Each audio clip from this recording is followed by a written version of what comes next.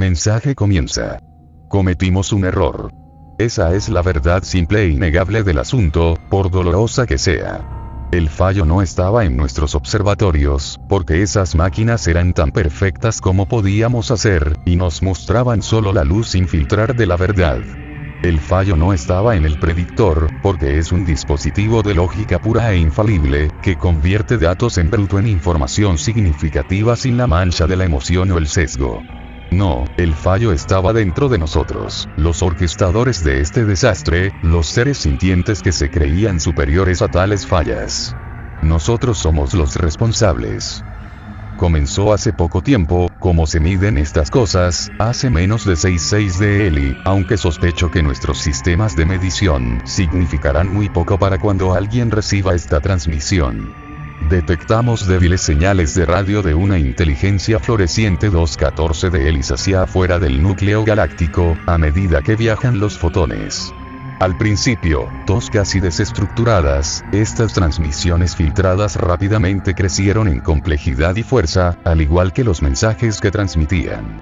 A través de nuestros observatorios observamos una raza de lucha y violencia, poblada por una raza bárbara de alimañas de vida corta y reproducción rápida. Eran cosas brutales e incultas que se apuñalaban, disparaban y quemaban unos a otros, sin tener en cuenta la vida o el propósito. Incluso sus conceptos del arte hablaban de conflicto y dolor. Se dividían de acuerdo con algunos patrones culturales extraños, y dedicaban todas sus industrias a causar muerte. Nos aterrorizaron, pero éramos mayores y más sabios y estábamos muy lejos, así que no nos preocupábamos. Luego los vimos dividir el átomo y atravesar los cielos en el espacio de una de sus cortas y únicas generaciones, y empezamos a preocuparnos. Cuando empezaron a transmitir activamente mensajes y saludos al espacio, sentimos miedo y horror. Sus transmisiones prometían paz y camaradería a cualquiera que estuviera escuchando, pero los habíamos observado durante demasiado tiempo como para creer en engaños tan transparentes. Sabían que estábamos aquí y que iban a por nosotros. Los orquestadores consultaron al predictor y el resultado fue terrible.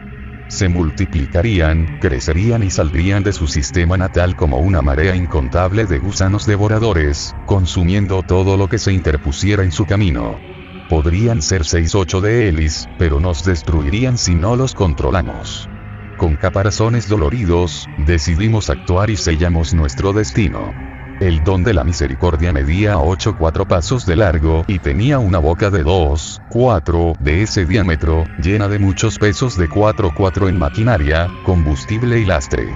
Se impulsaría hasta 8 de la velocidad de la luz con su combustible a bordo, y luego comenzaría a consumir elemento primario interestelar 2 para alimentar su aceleración ilimitada. Viajaría casi a la velocidad de la luz cuando chocara. Nunca lo verían venir. Su lanzamiento fue un día de duelo, celebración y reflexión. El horror del acto que habíamos cometido pesaba mucho sobre todos nosotros. La necesidad de nuestro crimen hizo poco por consolarnos. El don apenas había dejado atrás el halo cometario exterior cuando se dieron cuenta del error, pero ya era demasiado tarde. No se lo podía atrapar, ni recuperar ni desviar de su trayectoria. Los arquitectos y los equipos de trabajo, horrorizados por el terrible poder de la cosa en la que trabajaban, se habían autoeliminado en masa, caminando sin protección hacia zonas de radiación, descuidando la presión nula adecuada, la seguridad o simplemente interrumpiendo su consumo de nutrientes hasta que se detuvieran sus funciones metabólicas. El terrible costo en vidas había obligado a los orquestadores a agilizar el diseño y la construcción del don. No había habido tiempo para el diseño o la implementación de nada más allá de los motores simples y masivos y los sistemas estabilizadores. Solo podíamos observar con vergüenza y horror cómo la luz del genocidio se desvanecía en infrarrojos contra el vacío distante. Crecieron y cambiaron en un puñado de vidas. Abolieron la guerra, abandonaron sus tendencias violentas y se volcaron hacia el gran propósito de la vida y el arte.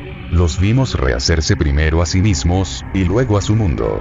Sus cuerpos frágiles y blandos dieron paso a metales y plásticos relucientes, unificaron a su gente a través de una red de comunicaciones omnipotente y produjeron arte de tal poder y emoción, como la galaxia nunca antes había visto.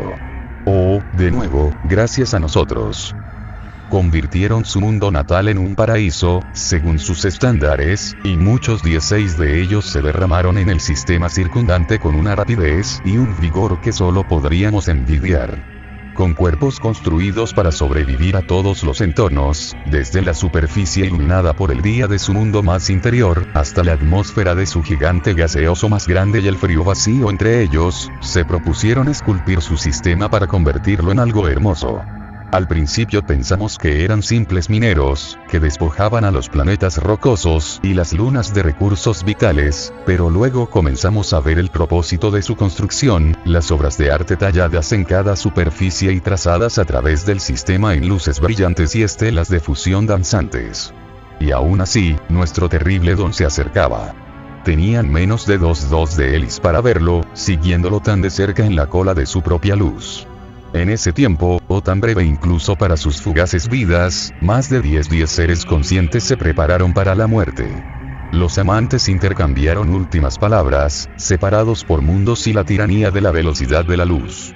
Sus ingenieros del lado planetario trabajaron frenéticamente para construir suficiente transmisión para cargar incontables masas con la modificación neuronal necesaria, mientras que los de arriba desecharon vidas enteras de música y literatura de sus bancos de datos para hacer lugar para los pasajeros. Aquellos que carecían del hardware requerido de la época para adquirirlo se condenaron a la muerte, arremetieron con miedo y dolor, o simplemente siguieron con sus vidas lo mejor que pudieron bajo las circunstancias. El don llegó de repente, la luz de su impacto visible en nuestros cielos, brillando intensa y cruelmente incluso para el receptor ocular no aumentado. Observamos y lloramos por nuestras víctimas, tantos de hélice muertos antes de que la luz de su perdición nos hubiera alcanzado. Muchos 4 de los que habían estado involucrados directa o tangencialmente en la creación del don sellaron sus espiráculos como penitencia final por los pequeños papeles que habían desempeñado en esta atrocidad.